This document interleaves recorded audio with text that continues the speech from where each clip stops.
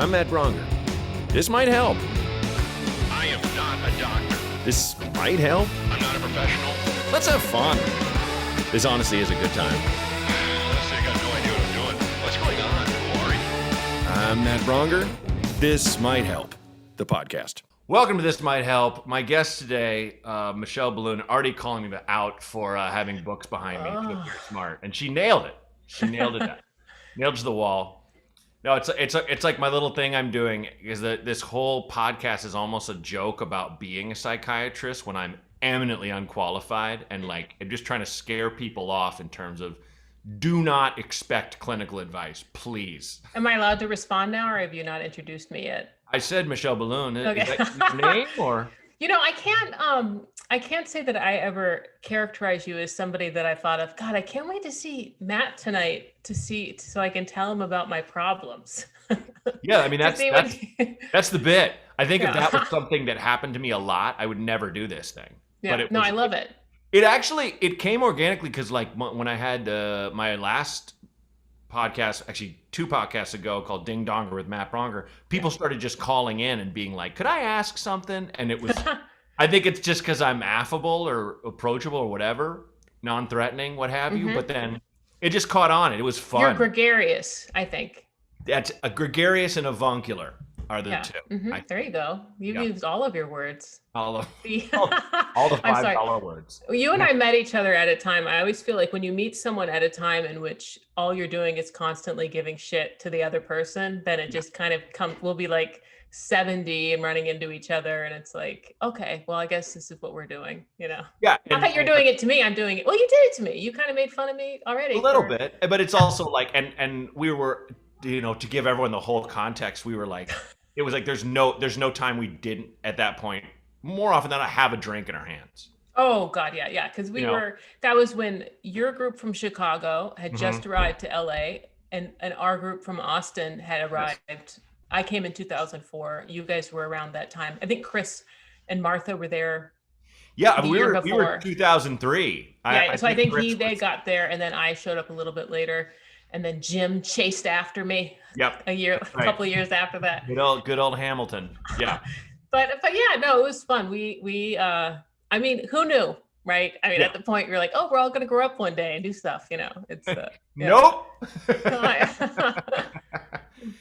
It's like, the 8th graders, not even the freshmen, I think at the time we felt, yeah. I mean, it was this weird, the word that just came to mind is ethereal, where you're kind of just like, this is just, I guess this is existence. Yeah. We're all just kind of getting by, doing these shows, calling ourselves comedians. We definitely were. Yeah. But it was not that thing of, you know, I go and wait in line at an open mic for 3 hours, and then I do 4 minutes. We were just doing all these weird alt rooms. The Bitter Redhead. I remember there was another like Irish place. Finn McCool's, was that Finn it? McCool's, yeah. And I think, was that the one, like Andy Samberg used to run that open mic every once in a while? Before he was just like a little open micer. I was like, I could not have been more surprised at someone becoming famous than Andy Samberg. But I think he's so funny and talented and so great. Right. I didn't know him for what he's famous for, right? Well, he was like unknown to famous. Yeah. He didn't premium blend with me. And I was like, and I'm just going to say this. I think Lonely Island's great. I think he is so funny. But at the time, I just thought like, oh, this is just an open micer. Like, why is he on premium blend? I was like, why? And there some, you know, and I just was like being a dick. I mean, because I was kind of an arrogant dick then. Sure. And not anymore. And, no, I mean, and I don't mean just you. I feel like we all kind of were. Oh, yeah. I think also being a female comedian, you kind of have to on a certain level. You kind of have to be like, you know, because there was, especially back then, much more. Like if you would have gone to like the Improv or the Comedy Store. Oh, for sure. Yeah, I did. That's why I didn't end up in a lot. I did more stuff at the Improv than the other ones, but you know, I just always never wanted to have to deal with that sort of. I mean, sure, I did like the Leslie Wolf shows or like my hometown shows that were like, you know, in Austin there was like, you know, Brassy Broads or whatever. You know, they call them all these different things, but I just kind of grimaced when I did it. So I just felt like if you were up there and you were funny, like that was all I fucking had to do. And if anybody said anything different to me, I was like, I would had so much attitude that, there was nothing that could offend me more. Yeah, I definitely than bringing up my gender, Sure, sure, and yeah, I went from Chicago being like the fucking king, in a sense, kind of king shit, to getting to LA and getting no reaction, and I remember being like just demoralized for a little while, just being like, but I'm good, and everyone said I'm good, and fuck you guys, I didn't lash out. I internalized it. It was that, I got out of that, but there was definitely that time. I think that because I think a lot of us that came out of our scenes to the LA scene, it changed, right? Because then suddenly, okay, you didn't just have to be this good, right? You didn't just have to be funny. You have to, and I felt like everyone made each other better. We were all trying to get on Death Ray. Yeah. We were all trying to do the same things. There was only like one TV show you could get. There was only like one. Now there's so many comedians and there's so many ways. People are like, open mics, fuck you. I'm going to be a YouTube personality, So it's like, then it was just, yeah. That was it. And people didn't give a shit about comedy until like 2007, I feel like. Yeah. And the wild thing was, I remember Andy and I met doing this weird show at one of those shitty theaters on Santa Monica Boulevard. Oh yeah, I know what you're talking about. Yeah. And I remember being in an acting class around then, and the acting teacher was like, "You're going to put a show on, a one-person show. Don't do it in those theaters because no casting people will go because there's nowhere to fucking park." And I was like, "Oh, okay, cool, good to know." But like that, I did that stand-up show with him, and he had a huge head of curly hair, and me and him are just drinking like 40s of Miller High Life behind the theater, waiting to go on. And it was us. It was like a variety show. And I'll keep this short, but like, no, we were the. I like it. It's bringing me back. Listen, just wait. We were the comedians, and there was a guy who played a saw, like an instrument, but he wore a long black leather trench coat and played this pretentious music. And he had a smoke machine, and he wouldn't share his pot with us. Oh my God. I remember that guy would not share his pot. And we were just talking, and I was like, "So what is your thing, man? What do you do?" And he told me about the Lonely Island. I was like, "Oh, cool." And remember Kyle and I looked up their videos, and we're just blown away. So good. They were. How well produced, how funny. Yeah. And I was just like, "Oh my God." And so when he got SNL, it was kind of more off those videos, and they hired all three of them. And I was like, "Oh, good. Like, this is what SNL needs." It was weird because back then, if I found out anyone got SNL, I just felt this pang of jealousy. At that moment, I didn't, because it's like, you couldn't. That's not what you did. Yeah, exactly. Yeah, that's not what. Yeah, exactly. Like, it's not what you do. It's a good way to sort of measure, what. I always just think if I still get that jealousy, I think, oh, well, they're probably just going to be washed up soon anyhow. So I don't want to be. I can't like wrap up myself. But no, it was weird. I think. But yeah, and I think you and I have similar experiences, because I think we both came from scenes that were like heavy drinking scenes. And then when we all came to LA, I think we all kind of would be that kind of together, because LA was not a drinking place. Yeah. And so it was nice to kind of have like that sort of, the different people you'd see at shows, and you could, have the beers you wanted to have, Yes. Well, and also I would say we both came from scenes where, we loved getting fucked up, but we loved comedy just that much more. Oh God, yeah. You know what I mean? It was the best thing. And I'm not making a joke. It's like the partying was a huge part of it. So in LA, you had to take the drinking and go, at least some, because the people that didn't, you're like, no, like, because I could have stayed in Chicago, stayed like a hamster on a wheel, as I felt, just waiting tables and getting drunk and doing shows.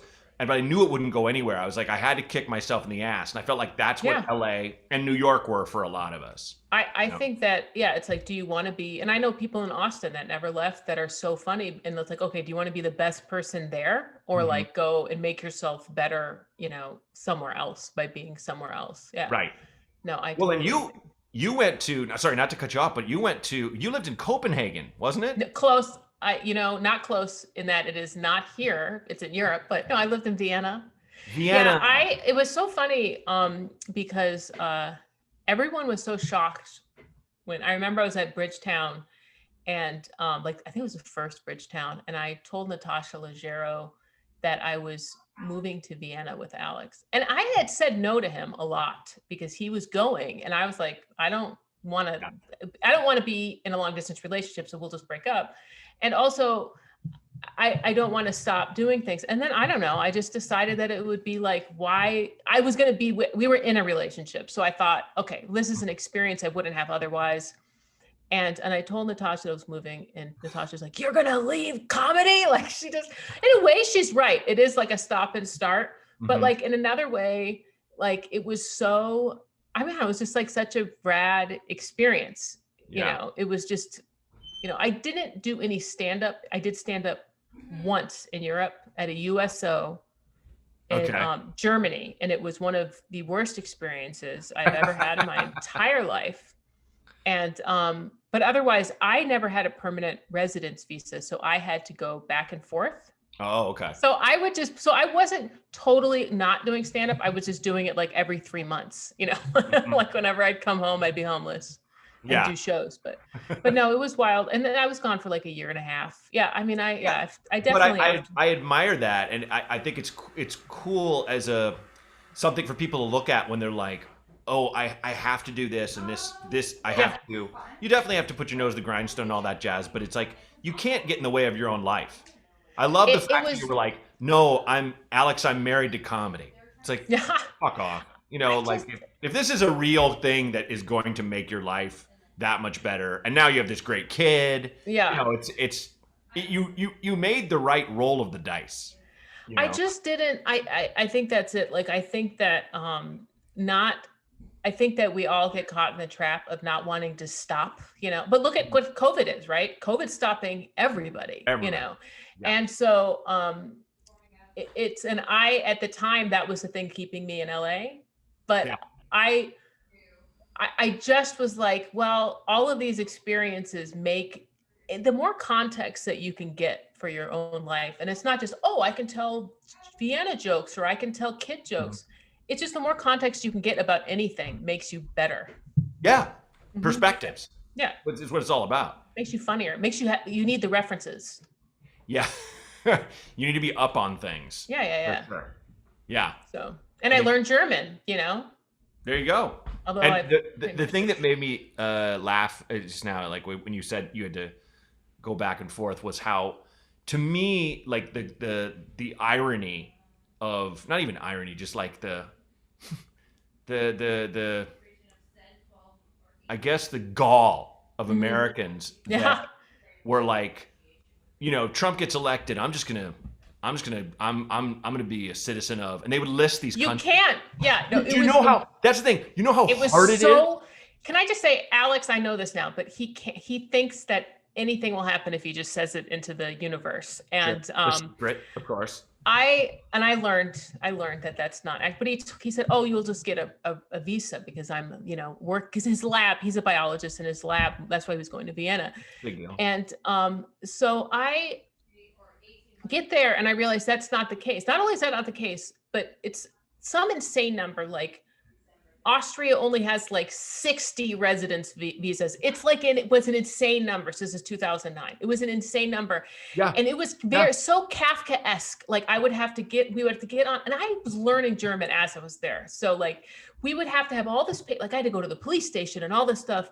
And I would get this paperwork and I would go 3 trolleys in the U-Bahn and like get over there. And then they'd say, oh, but you don't have this. And I'm like, no one ever told me I needed this. And it was just this, and the whole time that's what happened. And the last time we got married and I went back and I had been counting the days. You can only be there 90 days out of 180 days, according to the Schengen Treaty. Okay. And I was not going to cheat that. Okay. Sure. Smart. And we're married. Okay, it's going to be easy. I get there. I fucking forgot that my jail record, my crime record, like I didn't have an updated thing from the LA County police saying I wasn't a criminal. And you don't have this other thing signed by your Secretary of State it was like insane.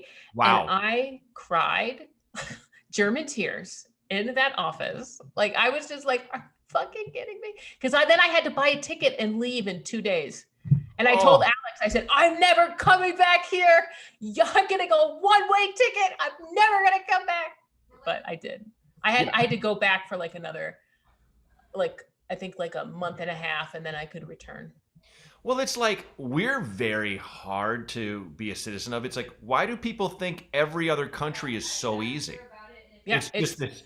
People just I didn't think that. Let me just say, I never thought that. No, I know Alex you did. No, I know you did. But it's just when I went there, I learned the language, which I think, like, I watched 90 Day Fiance, and there's nothing that bothers me more is that everyone's just like fucking muddling along, and I'm like, learn the fucking language. Yeah, just try. You've got a conversation partner right there. You know.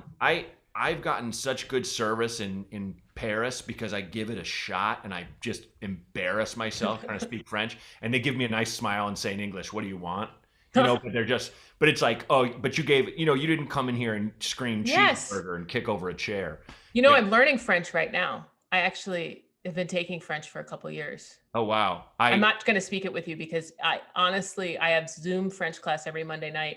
And now every time I have anything else to do, I get stressed, and I'm like, oh yeah, I don't have to talk in French. Like, I always get stressed. I'm like, oh God, it's 2-hour French class. And I'm like, oh no, that's just talking with Matt in English. Like, I don't have to. I was just thinking about the time I was shooting something in Montreal, and I found out that Montrealians hate French people because French people come there and correct the Montrealians' French. Mm-hmm. And it's kind of like, that's hilarious to me. And I was walking Rose. I just had her in a stroller early, just this morning. And as I'm thinking that, a woman walks by me on her phone, loudly speaking French. And I had to stop to laugh because it was the universe is that insane. They have a rule in Montreal, or at least they did. That's where I had my honeymoon, was in Montreal. My parents had their honeymoon there. Just had to say, sorry. Ooh la la. That's not what we learn in French, but but that they don't even want English signs there.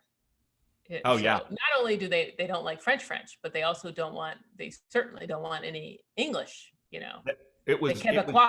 It came down to 1%, I think, that they stayed French.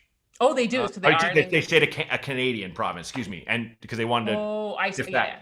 I feel like that was like a long time. I remember that always coming up, and then now they finally they're just going to be angry. They've decided, listen, we're just going to stew. This was like, I want to say 15 years ago, or 10, something like that. It was a while back, but you go to that French part of town, and people walk up to you and start speaking French, and you don't speak French. They throw coq au vin at you. They get so mad, which is just like, you're mad because I'm white and I don't speak French. Is that what you're mad about? That's what you're mad about, literally. You've seen tourists. Yeah. Listen, I'm not like you. Like, when I was supposed to go to Paris twice this year, not to brag, canceled both trips. American Airlines owes me lots of money. But I went last year by myself on a solo trip, and it was great. And that was before I knew French. I just went, you know, and I don't actually, I feel like it is true. I think in Paris and France, they're not necessarily as gangbusters about you trying the language as much, you know, but it's, that's how I like, if you like think you know more than you do, as opposed to just sort of the basics, you know. I think that's what it is, the sort of an arrogance of someone coming in, here's my high school French or whatever. Yeah. But I think I'll still feel that way, even if I can have a conversation in French, only because like what I really love is I fucking love eavesdropping. And the idea that I can hear what someone is saying, especially when they hear me talk in English and they assume I don't know. Oh, there you go. We were told when we were there, obviously not this last summer, but the summer before. And the guy who we checked in this nice hotel, and the guy who was making conversation with us was like, he's like, well, Parisians are the worst of the French. And we laughed, and he goes, no, I am serious. And then he led us into a room. It's like, oh, welcome to Paris. Yeah. It's just so funny that he was like, that's the best. He wasn't like dark about it, but he was just, you were like, oh, you're being very real about it. Like, and I didn't even ask him if he was a Parisian. Yeah, exactly. Like, where are you from? You mean yourself? Are you a murderer? When I checked into my hotel last year, or not 2 years ago, whenever, before times, in the year before times. Of course. I checked in this nice hotel and my room wasn't ready. And so they recommended a bistro for me to go. And so I went in there and I ordered steak tartare from the garçon, which means boy, but really you say it as waiter, garçon. It means waiter. And he's like, you know what that is, right? He didn't tell me what it was. He goes, you know what that is, right? I'm like, yeah, it's raw meat. And he goes, okay, good. Yeah. Like, I thought it was just like, I mean, I get it. Maybe people come in there, but I'm like, oh, is that the Rube test? Can't you like get me, like, you know how they make foie gras, don't you? He's probably here's a picture. He probably gets like at least one or two people I bet. that are just like, it's a steak. Marge, get it. You know, and then they come. Tartare. It means it's just like, it's good. It's like a great steak. Yeah, Marge cries and screams at the waiter. Marge in her fanny pack and her Oakleys. So you're worldly, obviously. I am worldly. Yes, I try to be. That's different, right? It's not like I'm Jen Psaki. Well, still, you know, I traveled, wish. you've lived, Mm-hmm. you have a husband and a child. I do. How old are they now? They are 8, and they just went back to in-person school for the first time since March. Wow. And not only that, if you've been watching East Coast news, they got a snow day yesterday and today. I saw.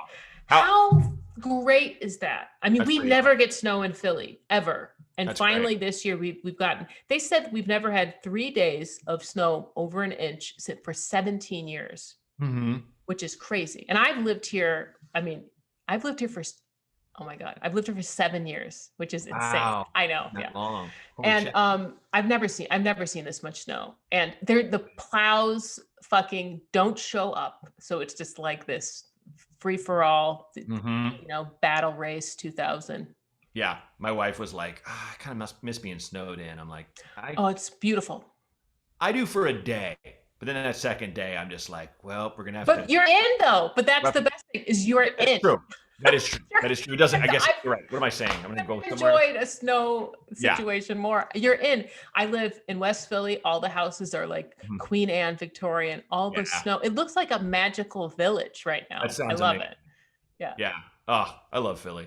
Okay, so per your thing about advice, I always ask people, do you get asked? Do you have people who ask you about advice? Because I will say, as just as an introduction for people here, you not only are a very funny comedian, married, have a child, you have a non-binary child, correct? I do. Yes, my child identifies as non-binary, which I think is a nice if a kid is sort of not rejecting whatever gender, and not necessarily that means picking another one. Sure. Leave that door open.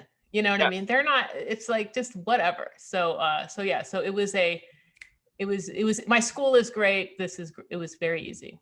Yeah, it's interesting. That's what I've learned from non-binary people that I've known in my life. It's kind of like, it's just not I haven't felt comfortable in either one. So here I am. Like, cool. All right. Yeah. Right on. And a lot of it has to do with society's views of gender and gender constructs. But also it's just like this idea of the binary of saying, okay, well, if you're not this, then you're this. If you're not if you're this, then what do you think? And I'm just like, I wish that was how it was when we were younger. I feel like it would have been a lot easier if you would have, in sort of just cliques and stuff, if you could think of things that way. I'm sure it's not like that in high schools necessarily now either, but probably better. I think it is better. Yeah. It's. I mean, to put it this way, that movie, Mr. Holland's Opus, was filmed at my high school, and I saw it when I was in college. And there was a shot where, near the end, and it's now in modern era. There's two boys holding hands. Yeah, like they're dating. And I was like, when I was in high school, that just didn't happen. There was no. I went to a rural Wisconsin school. Never. It's sad. Yeah. And never. So, I mean, progressivism is good. We're progressing somewhere better. That's how I feel. Yes. No, I mean, I think when people sort of like, sort of issue this idea of whether it's, recognizing people's gender identity or sexual orientation or things that they don't understand, that it is it's more about their problems with themselves than sort of, I mean, it's not for you to decide, you know, what boxes people should fit in, and all you're doing is creating a negative situation.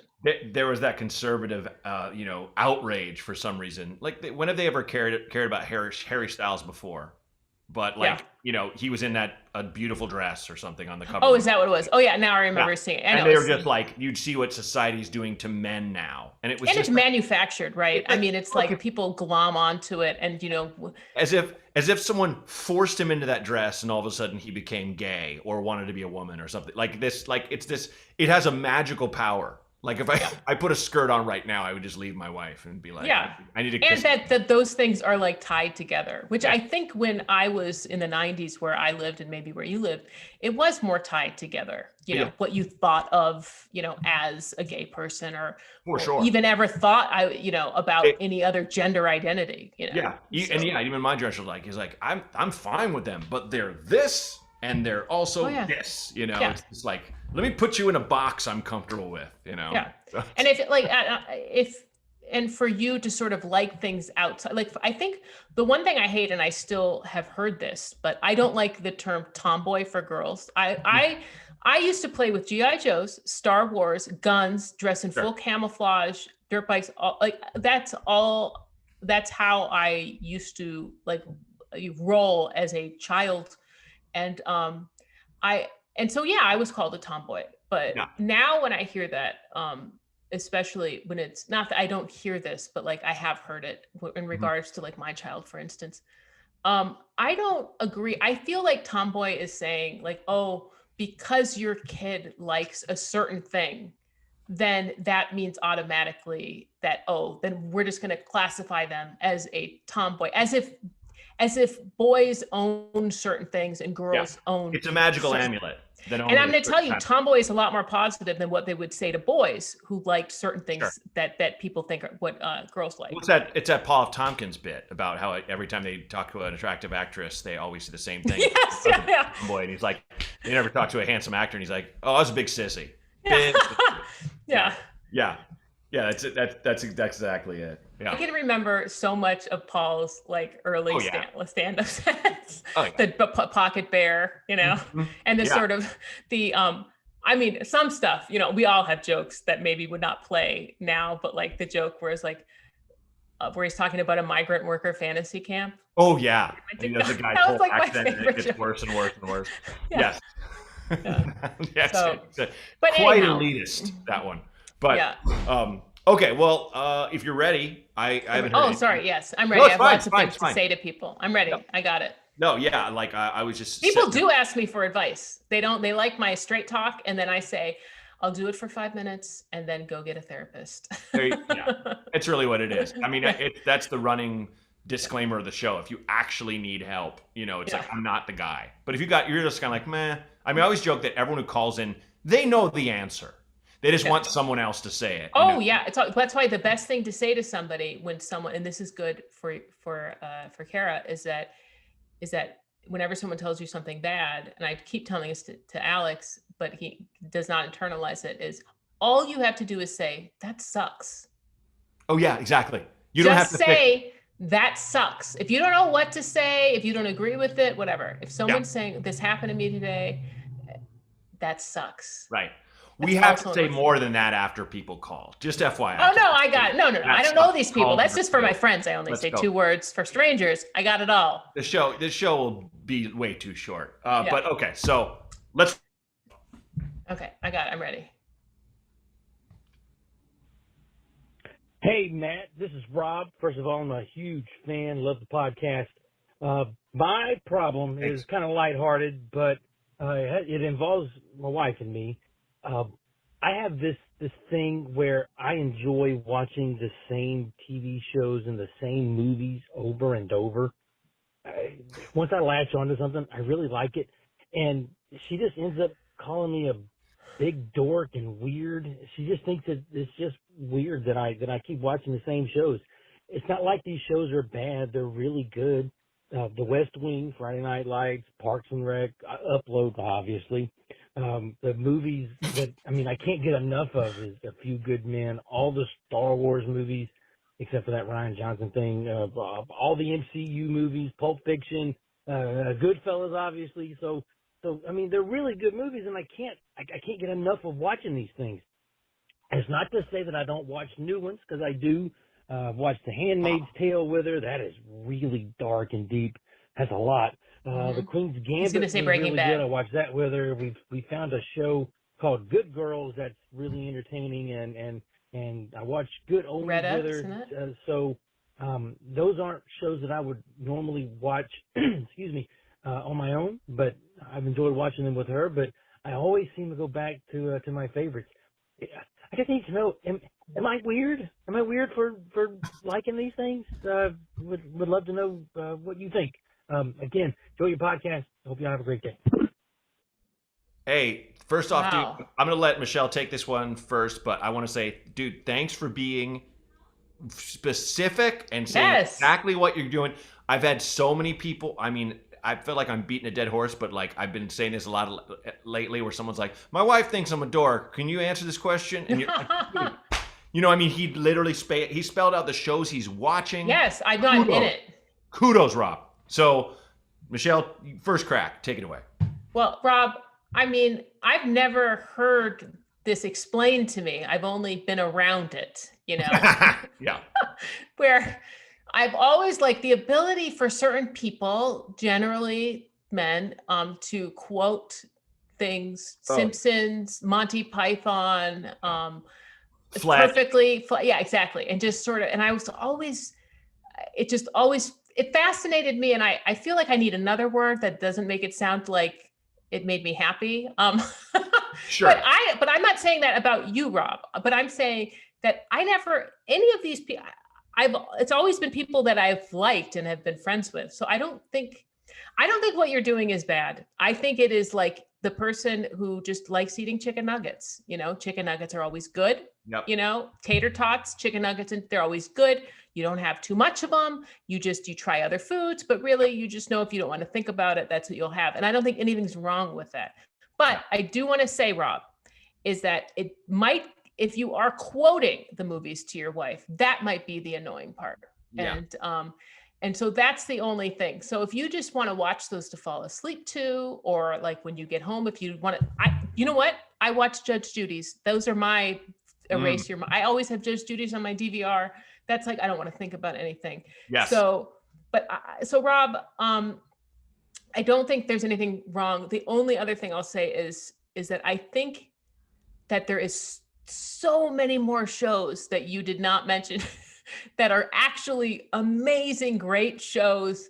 And I feel like there is probably a million ways Reddit can recommend things to you. Yeah. So I do think that there is more out there for you, and some stuff that's even better than the things I think that Rob named. Not that he won't always love those things. Sure. You know, of course. That's what I think. But yeah, I wouldn't be self-conscious. It may be weird if you're older. Maybe this worked when you were 25, and I don't know how old you are. Maybe you're in your 40s. And maybe now you're self-conscious about it. I play video games every day, Rob. So just, you know, you're trying. The only way I could see it being a problem is if Rob kept shooting down everything so they could watch Iron Man again. And I don't think Rob, I don't think you are, man. I think you're watching it on your own time. I think your wife is kind of like, she doesn't get it, so she makes fun of you. It's like, yeah, you know, I think it's okay to be a dork for the stuff you love. That's fine. You know, if you can branch out, but it sounds like you are. It sounds like you're watching the shows she wants to watch. Maybe per Michelle's advice, everything she said is dead on. The only thing I would add is basically add on to is what she already said is the maybe look for stuff that's like the stuff you already like. Yes. You know, like I have this show Warrior that's on HBO Max that my wife doesn't watch, but it's an action-packed show set in early 1900s San Francisco between all the Tong gangs and the Irish cops and everything, and the racism is hilarious because everyone is racist to everyone. Like the Asian gangs call white people ducks, and I've never heard that, and it's like No. I've never heard a slur that lands for white people, and I don't know why that one lands, but it's like It rhymes with fuck. yeah, I guess, but it's just it's anyway. It's an idea Bruce Lee pitched Yeah. back when he was alive, and they made it into a real show, and it's like it's incredible. But And most streaming things actually have recommended underneath it, you know? So like anything, wherever, I know you said you're downloading them off of some sort of whatever, but if you actually find where this stuff is online, or honestly, if you Google search it, they're going to have a sort of thing, and it's going to say recommended, or, you know, other things, you know, like this. And then try something, add shit to your queue and just turn it. I always we'll add a bunch of stuff and then watch like half an episode of something. Sure. So try it. Yeah. And I love, you know, your thing of Judge Judy's. I realize ours is Family Feuds now. Okay. Yeah, exactly. Yeah. Because what they do, it's the simplest thing. First off, he roots just a touch more for the black families every time. It's endearing. You know, you can't even get mad at it. He's still great to the white families. Yes.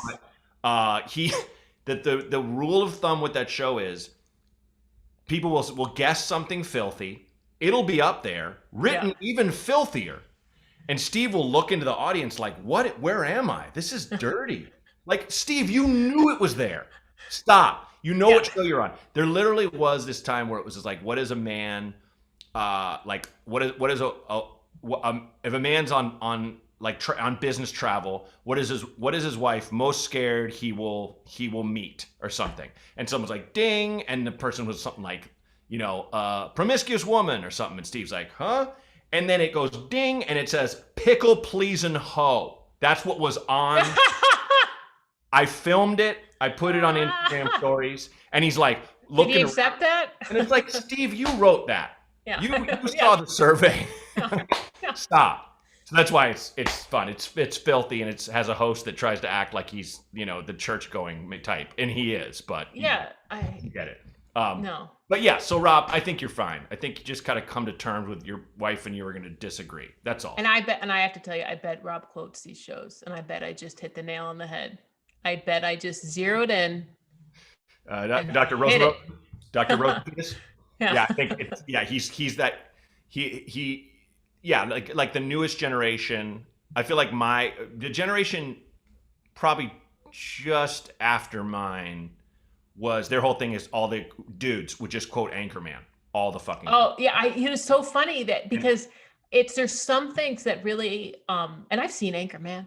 You know what I mean? And I like it. It's fun, yeah, but it is weird how that kind of, there's something like, I have a 25-year-old trainer, and she says, you go, Glenn Coco. And I had to like look it up, and I still don't remember a movie it's from, but it's from a movie that I did not get. Do you know, have you heard that phrase? Yes, I forget what that's from. Yeah, but I was like, yes. Okay, I'm old enough to be your teen mother. That's why I don't know this. Like, and like, I remember them quoting that movie so much, and I felt like Rob's wife, where I was like, guys, like, I love that flick too, and I wanted to be like, you know, that movie's not about Ron Burgundy. It's about sexism.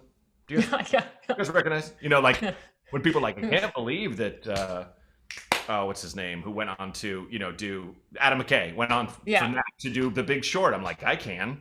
Like his stuff was goofy, but deeply intelligent on a lot of levels. But yeah, it was 100% social commentary, but so funny that it gets it from all directions. Exactly. Okay, so hope that helps, Rob. And I would just say, per Michelle's comment, stop quoting the movie so much. We know you are. Okay, call number 2. Hey, this is Jake from Philly. Just calling because I guess my advice or my request for advice is with I guess weight loss and losing weight. I'm at a point where I've gained enough weight where it's starting to affect me. I think I'll just lose the weight, just eat better, and it's really kind of hard. And I'm at that age where it's like I'm on the cusp of like not being able to do anything about it. I feel. So I just wanted to ask, like, I guess, what are some tips you have for motivation and like ways, small steps you can take to kind of feel encouraged in the process? All right, thanks. Bye. Thank you. Holy shit. I didn't even mention. I never mentioned in any promo for the show that you've lost a bunch of weight. Yeah, but you've lost weight too, Matt. So back at you. So we both got, so Jake, yeah, I've always been heavy. I've always worked out, always been heavy, but drank so much, ate whatever I wanted. Yeah. And it wasn't until I was diagnosed with MS that I was like, because MS is incurable. Dun-dun-dun. But they have really good drugs for it. So it's not your grandma's MS. Sure. But I just didn't like the idea that that would be the thing that would it was something I could do about myself, and it also helps with MS. It does help you to have less body fat. So it was motivating for me to feel as good as I can outside of the things I can't control. So what I'm saying, it's very difficult to it's so hard to lose weight, as you probably know, Matt. It's for me, because I couldn't focus on, I do work out, okay, but I personally can't focus on exercise because I get very fatigued. And so I don't know when that's going to happen. I don't know if I'm going to have a relapse where I might not be able to do that for 6 months or something. Yeah. And so I really focused on eating, but also what I do is I calorie count. It's not, it's a I eat at a calorie deficit. I figured out a way to do it where I was comfortable doing it, what I'm saying is it's different for everybody. But what I'm also saying is when you decide to do it, if you decide to do it, Jake, you can totally do it. You just have to not think of the whole, you don't think of the whole thing. And if you decide to do it and you say, tomorrow I'm going to start. And then because then what always happened for me is I'd say, tomorrow I'm going to start. And then 6 months later, I'd be like, well, I never started that day, but if I would have been doing it for 6 months, that kind of a thing. Yeah. But it's very hard. It's very, very hard, but it's 100% doable if you think of it in like everything, right? Comedy's the same way. You think of it in bite-sized portions. I just need to get on this show and that thing and this thing. I think and think of it as getting healthy. Don't think of it as sort of that I need to be this different person, Yeah. I think the big thing is it's not, people always say you have to change your habits, but that sounds so fucking strong to me. I feel like it's just the same thing as like, I've heard, alcoholic friends or people in recovery who are like, I can't say I'll never drink again. Yeah. Every day I just say, I'm not going to drink today. 100%. I mean, that's the term, one day at a time. But it's also like change your habits is so big. I think the thing is more add new habits. Yes. And some of those other habits will have to make way. I think, one thing is just do 30 minutes of exercise a day or 20 starting and go online, look on YouTube and go, I need a 20-minute weight routine, 20-minute home cardio routine. But work that in. You don't have to start at like, I'm getting a fucking crazy trainer and I'm doing this. Just do something for 8 weeks, see how it feels. But there's a great subreddit, Lose It, I think is a great subreddit.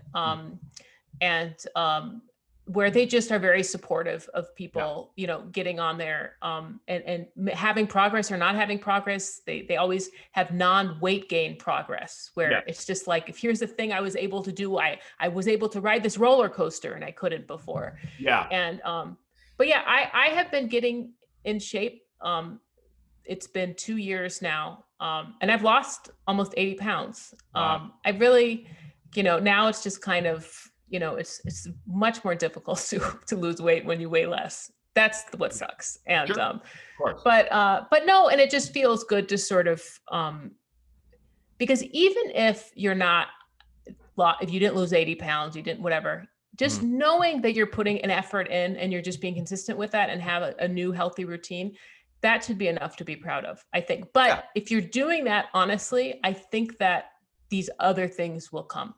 And I eat chocolate every night. There's certain things, what I don't do is I don't drink very much anymore. And the reason why I don't drink, even though I love to fucking drink, is because for me, that was one thing that was easy for me to give up because it's empty calories. Yes. That make me want to eat more. Yes, totally. So I would rather have chocolate, which I love. And change the level of judgment with the first sip. Oh, 100%. Yeah. You know, just two more practical things. One thing my wife and I do, we literally get Weight Watchers recipes online. They're free. Just go on there and you can find like, oh, I like this. I like to eat this. I like tacos or I like fried chicken or whatever. They have a version of that. And I'm amazed at how we make a couple dishes a week from there and they're all filling and good. Yeah. And, you know, relatively inexpensive ingredients. And for men, one thing I used to do is I used to just, you know, drink a shitload and then go do cardio at the gym, like going on 100%. Yeah. You can really burn off a lot. That's great, but you basically lose water weight. It doesn't really change your metabolism. It wasn't until I actually started doing some weightlifting that my body started changing. That's what did it. Because that's how you change your metabolism, is get stronger. You know. Yeah, I do a combination of both of those things. I have a trainer who we do FaceTime sessions, but I think it's important to keep some things that you like and to sort of, and there's so many different ways. There's intermittent fasting, and I am not a proponent of tricks. I am not a proponent of eat cabbage. I personally don't eat very much in the beginning of the day because I like to have a bigger meal. Like I had tonight, I had 2 lamb tacos and some guacamole and some chips, but I know I personally I do this because I want to eat what I want to eat. Yes. I weigh out food so I can have like whatever chips but I have muscle milk in the morning. I have like a yogurt in the afternoon, depending. But other people like to eat small meals throughout the day, and that's fine for them. And so whatever way that you can say, okay, this is doable. And there's great replacements like that. Like Kodiak Cakes, I just discovered, and they make really good pancakes. Yes. I have the Fairbanks has a bit about. I have the mix. It's great. They give you that pancake feel, you know? Yeah, totally. And way more protein, for sure. And way more protein. We just had their muffin and it was so good. So, but it's like all of these things, just switching out. It's like when they remember those Snackwell cookies, and everyone's like, Snackwells, look, there's no calories. And then they'd eat a box, you know, like, sure. So all of this stuff comes with, yeah, exactly. Yeah. The Olestra. Ugh. I ate a whole bag of Olestra and like just straight Olestra. Barely made it to the bathroom. That's how it's fat free. It just goes through you like a flume ride. This is like 25 years ago or something longer. You know, I'm at the edge of my seat for someone almost sitting their pants. But no, it's totally true. So it's not about you. It is about changing habits and changing like compulsions and stuff. But it's, you know, it's 100% doable. Just don't put so much pressure on yourself. About it. That's it. But it's great to be healthy. That's my only thing is I did it because of health. I don't know if that's why you went for it, if it's just so you could look cut and dashing, Braunger. But but no, it was actually just I just started doing classes, and classes kind of got me on the path. And it was like you can't really cheat in classes because you're around people, you know. And it was. And it always made me feel way, way better about myself. And then I started eating a little differently. And also, because it tightened up my physique a little bit, I couldn't eat as much and didn't want to. Yes. Know? So that's a big part of it. So mine was incredibly gradual and probably the most non-designed way you could do it in a sense. But I think it's great. But it's. You know, I think that's the way that you do it, is you just sort of start to, you know, add in these things, you know, and what's nice is that sometimes, yes, it does become a little bit of an extra thing you have to think about. It is kind of a lot of stress and pressure when you're having to sort of focus, because it is a difficult thing to do. And so I think with this kind of a thing, therapy and stuff like that to help you through. But not necessarily, you can still start it and not put pressure on yourself, because you will still you will feel good and you will have results. But you are replacing habits with other ones. So like if you get into a certain class you like, or you just like taking long walks, you know, that will give you some sort of new habits that sort of replace maybe, you know, bad habits that happened. So I know that that's it for me, but I still find it I think about donuts all the time. I'm always like hours deep into food Instagram before I go to bed. But I always think like, oh, I could eat that donut tomorrow, but I'll still want a donut the next day. So why don't I just wait a couple weeks until I can have a donut when I know I'm going to have it and not just because I want it right now. Yeah. I remember a guy, a tow truck driver hooked up my car. Is this a joke about someone who broke their toe? No. And then a truck picked It's about finding love. That tow truck driver was my wife. Next call. No, I remember this was back when I ate whatever I wanted for the most part anyway, but even then it was like this guy, he hooked up my car and was just like waiting for the call to find out where he's going to take, like, he's like looking for like a shop that's close or something.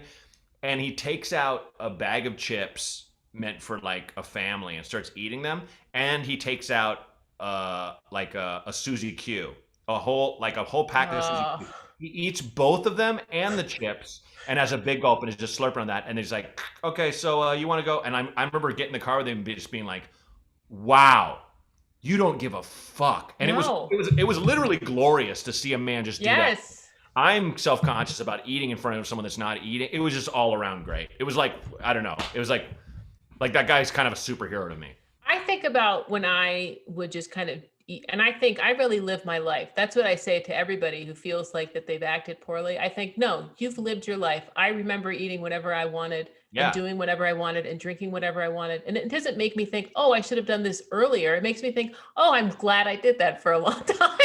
I'm glad I just went for it. I had queso at 2 a.m, almost every night of the week. You know, I drank my face off and, and I'm still alive. My therapist says that to me when I'm just, when you have that thought of like, oh, do you ever miss, because I don't really, but he goes, yeah, but you've done that.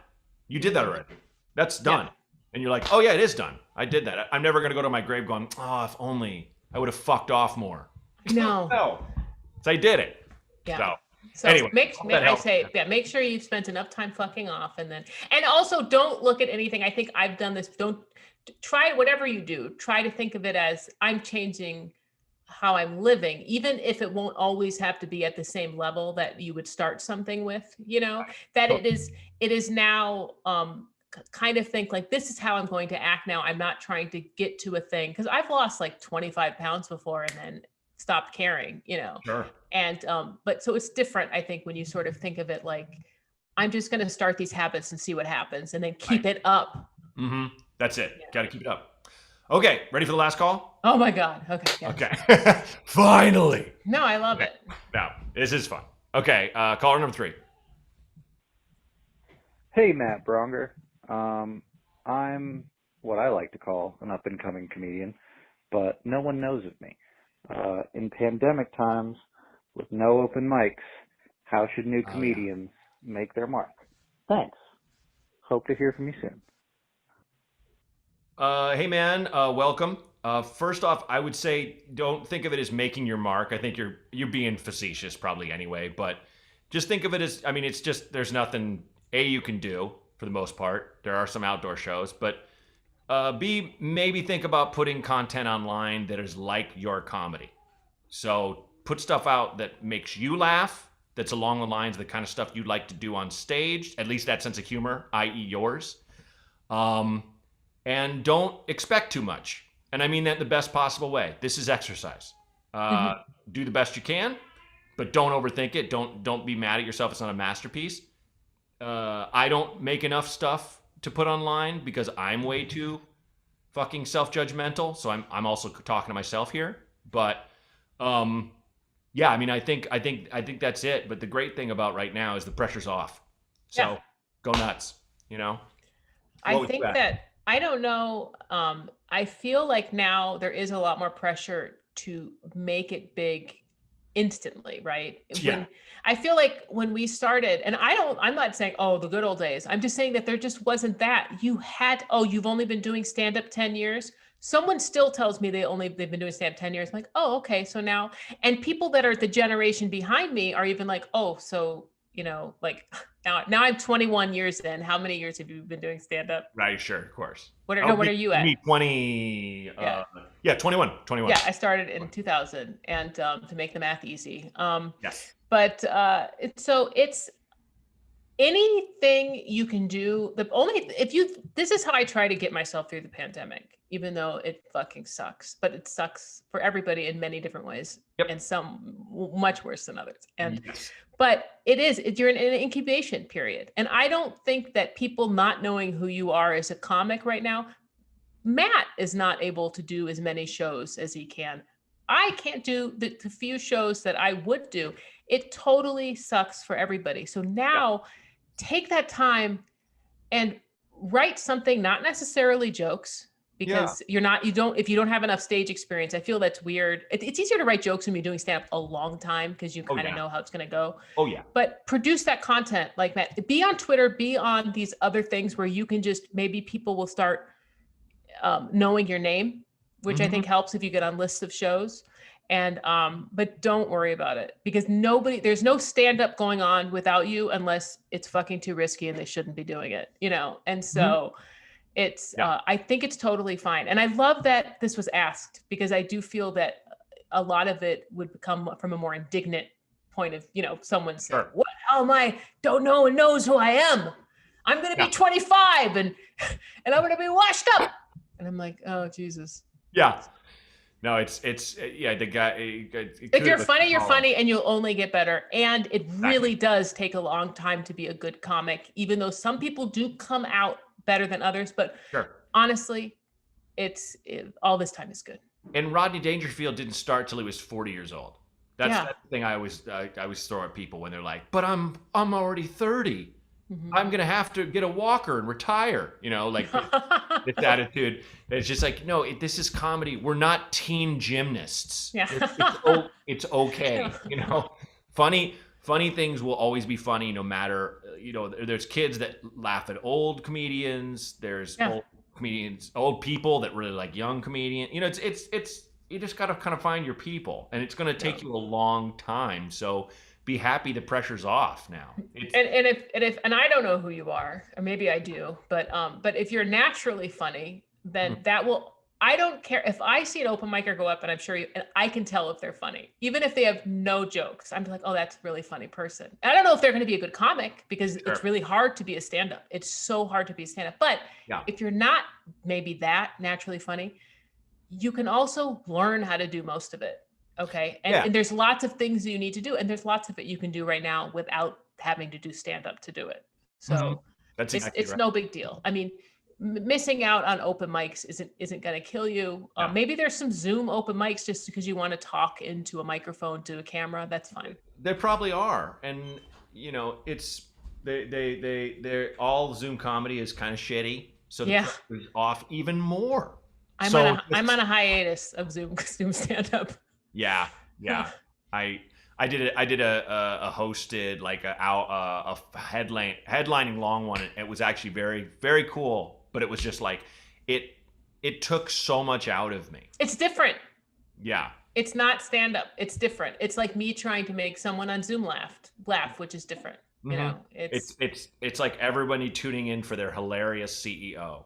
It is. It's like that's exactly what it is. Well, I hope that helps, man. So, Michelle, before we go, is there anything you want to plug or share? It doesn't have to be. Well, actually, you do have something to plug. I do. Yeah. Don't. So, of course, I wanted to talk with you because it's the only social thing I have going on in my life. But B, I have an album, and so I'm just spacing out my friend's popular podcast to do every couple months. Because, you want to keep that stuff going. But my album, my sophomore effort, Permanent Hat, released on a Special Thing Records. Nice. I love it. I actually recorded it in February, the first weekend of February. Nice. 2020. And literally, there was COVID in the room for sure. And this was... And all breathed it in. It was great. Yeah, we all. And that's it's a fun, great album. My first album is You Can Be an Asshole, also on a Special Thing Records. And but you can buy them on a Special Thing Records website and on iTunes, but you can also download them anywhere. Yes, and stream them. Yeah, well, yeah, and I guess that's what I meant. Yeah. Download them to your ears, but not physically anywhere. Otherwise, then you'd have to buy them. Well, yeah, I'm sure you're like me, where it's like even when I found out my first album, people are like they're bootlegging it. I was like, but are they listening? Good. Because now it's all digital, but it happened at a time when you are not selling merch. So it essentially is like, I'm not fucking making money anyhow.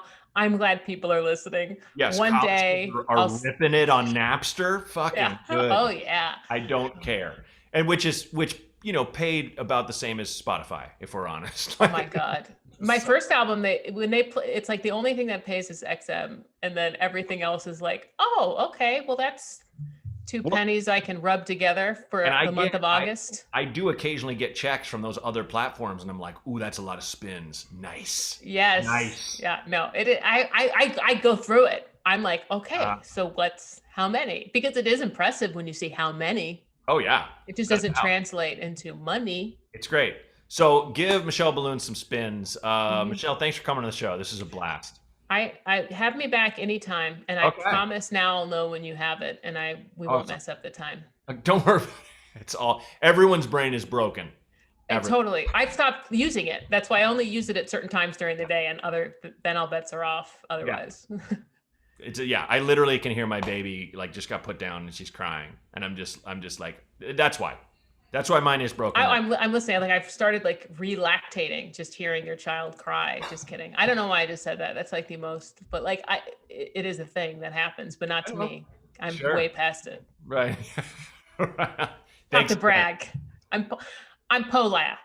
Nice. POLAB. Mm-hmm. Yeah.